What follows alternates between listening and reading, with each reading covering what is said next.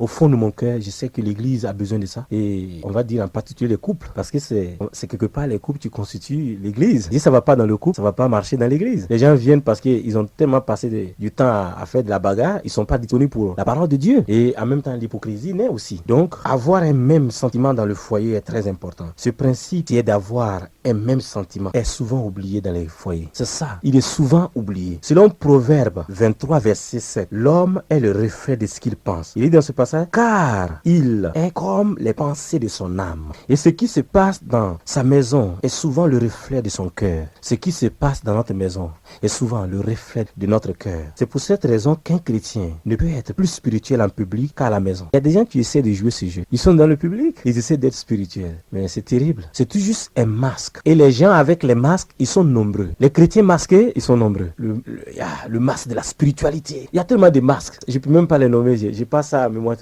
Le masque de la spiritualité, par exemple. Tu vois, les spirituels.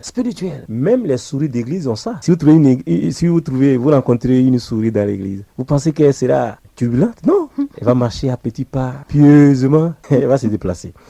Donc, on se trompe, mais la chose est simple. On a besoin de comprendre que avoir une même pensée dans le foyer est quelque chose de capital. De chercher à travailler à cela, parler ensemble. Et tout cela peut venir aussi par le dialogue. Ça peut venir par le dialogue. Le fait de s'entretenir, d'être vrai l'un avec l'autre, de discuter ensemble, de parler ensemble, de partager ses convictions. Et je dirais même, il y a des gens qui sont engagés avec leurs femmes, sans considérer beaucoup de choses. Et je dirais peut-être à ceux qui sont en train de faire des démarches maintenant pour se marier, de considérer ce principe-là, d'avoir un même sentiment dans le foyer. Est-ce que la femme, cette jeune fille que j'ai vue, pour laquelle je vais m'engager, avant de faire vos vœux là, mes amis, il faut considérer, est-ce qu'elle a la même vision que toi? Est-ce qu'elle est prête à aller en mission, si jamais le Seigneur t'appelle à aller en mission? Est-ce qu'elle est d'accord sur le genre d'assemblée que vous allez fréquenter, l'église locale que vous allez fréquenter? Il y a des gens, ils se soucient même pas de ça. Et la femme dit, en tout cas, moi, je mets mormon. Comment tu vas faire? Tu penses que tu vas fabriquer un même sentiment ici? Non. Elle est prête à se faire baptiser pour ses parents qui sont décédés il y a 1500 ans. Comment tu vas faire? Parce que c'est sa doctrine. Comment tu fais? Elle va se faire baptiser pour tout cela, pour son grand-père, pour son arrière-grand-père, pour son aïeul, et tu fais quoi? Un même sentiment. S'il vous plaît, considérez les choses. Ne soyons pas vulgaires dans nos choix. Considérons les choses. Soyons sages. Il y a des gens, parce qu'ils ont éprouvé au départ une attirance mutuelle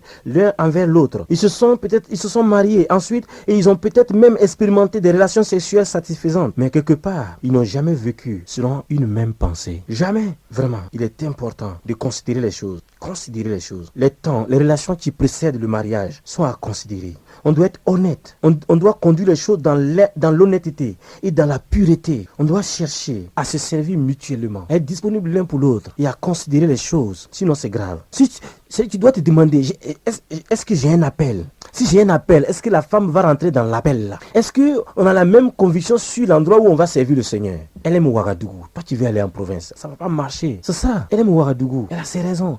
Elle aime rester à côté, non loin de ses parents qui sont à Ouagadougou. Elle aime rester quelque part où il y a la télévision. Et toi, tu veux aller en brousse. Et elle n'aime pas ça. Elle veut pas s'éloigner de l'électricité. Et toi, tu veux vivre dans le noir. Mais tu n'as pas pensé à tout ça avant. C'est ça. Avant qu'un chrétien fasse ses vœux, il ferait bien de se renseigner sur son futur partenaire et se poser vraiment beaucoup de questions. Sinon, c'est terrible. Après, on a des problèmes. Donc, avoir un même sentiment est très important. Et je dirais que c'est vrai que les gens négligent ce genre de choses. Mais c'est toujours pour nous faire du mal. Et je dirais que tous, on a besoin d'apprendre avec le Seigneur. Personne n'est au-dessus de ces choses.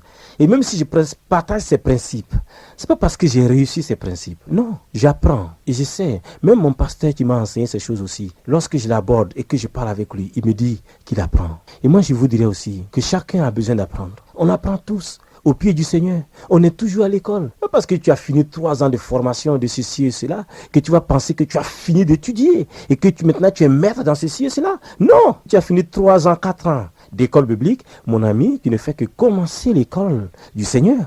L'école du Seigneur, on a pour toute la vie. Oh, moi, je n'ai pas de pensées stupides comme ça. Je ne crois pas que j'ai fini d'étudier. Non. Si je veux additionner tout le temps que j'ai passé dans les écoles, ça vaut 8 ans. Et j'ai un ami qui m'a dit, il ne faut pas que le Seigneur vienne me trouver à l'école. Je ne vais pas dire son nom. Il m'a dit ça. Il dit, Pasteur Bamouni, il ne faut pas que le Seigneur vienne te trouver à l'école. Et j'ai écouté son conseil. Maintenant, je suis à Ouagadougou. Je ne vais pas retourner à l'école. Je vais servir le Seigneur. Mais ce n'est pas parce qu'on a fini 4 ans qu'on s'est dit, voilà, on a fini. On est à l'école du Seigneur.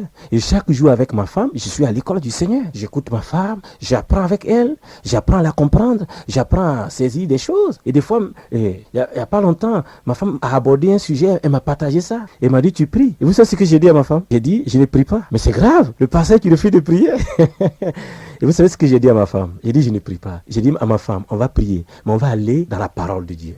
Dans la parole de Dieu. Et j'aimerais m'arrêter là. Et la parole de Dieu est très importante. Et on a ensemble fouillé la parole et on a trouvé la solution à ce qu'on voulait. Mettons-nous à l'école du Seigneur. Et